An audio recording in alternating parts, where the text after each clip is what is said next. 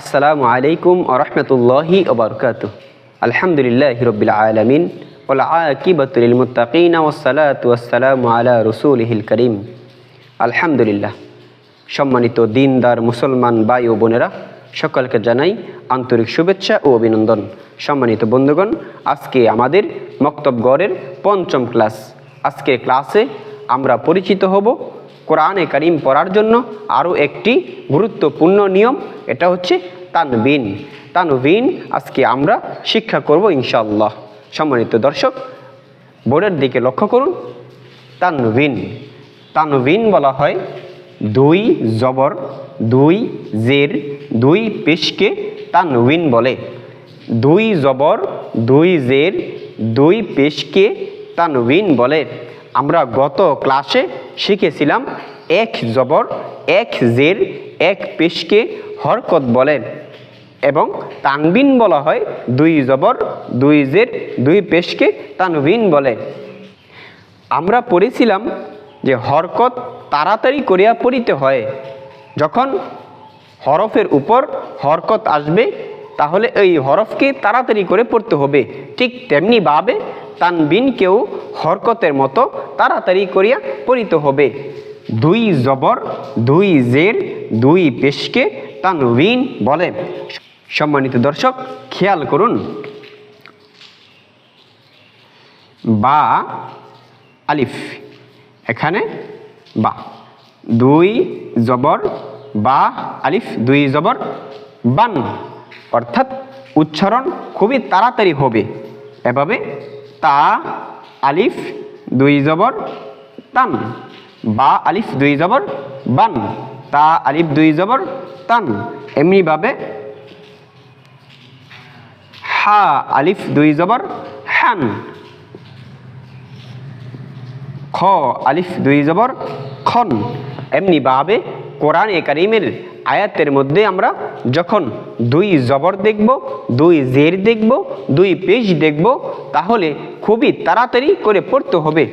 বা আলিফ দুই জবর বান, তা আলিফ দুই জবর তান, হা আলিফ দুই জবর হান, খ আলিফ দুই জবর খন। এখন খেয়াল করুন বন্ধুগণ,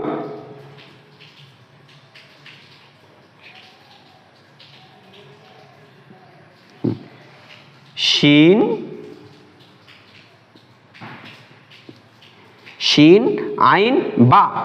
এখন যদি এখানে এক পেশ থাকে, এটা হরকত, তাহলে এই শিনটা কি হয়ে যাবে? হরকত হয়ে যাবে। তাহলে শিনকে উচ্চারণ করতে হবে শিন পেশ সু, শিন পেশ সু। এখানে যদি আইন এর উপরে জবর, একটা জবর হয়, তাহলে এটাও হরকত।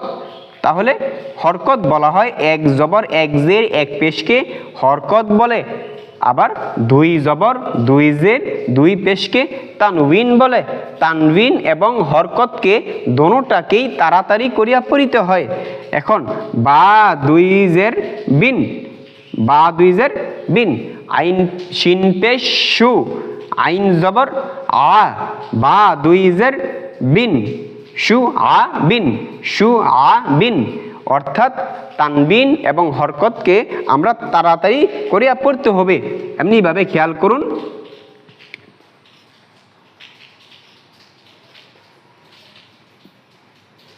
জিম জবর যা, মিম জবর মা, আইন জবর আ, জামা আ।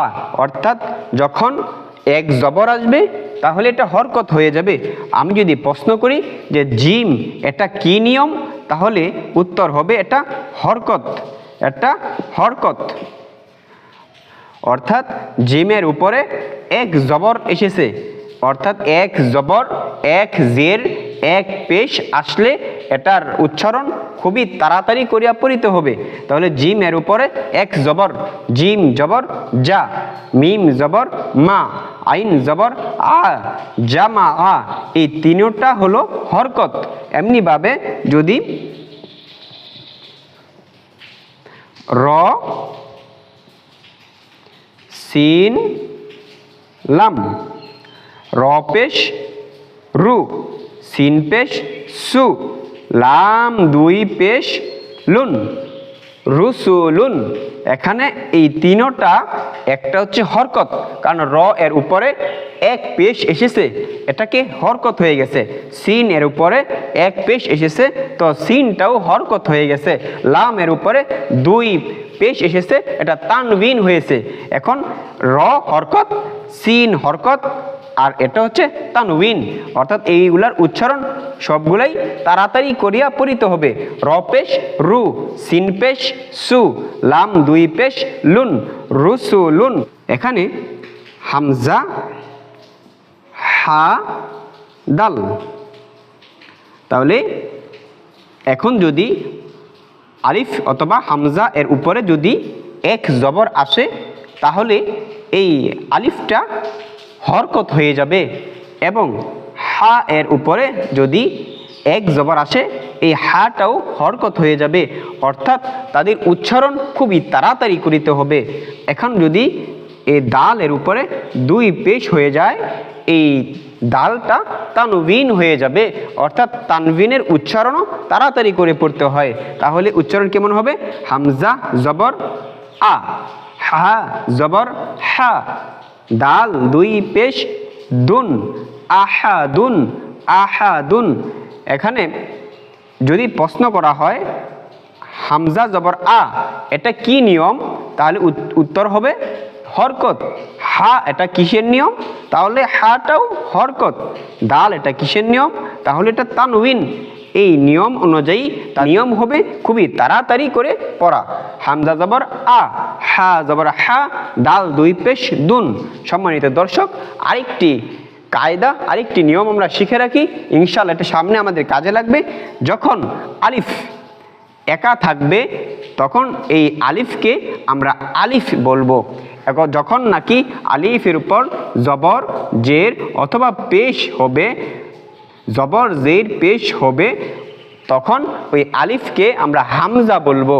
অর্থাৎ আলিফ যখন খালি থাকে তখন আলিফকে আলিফ বলবো।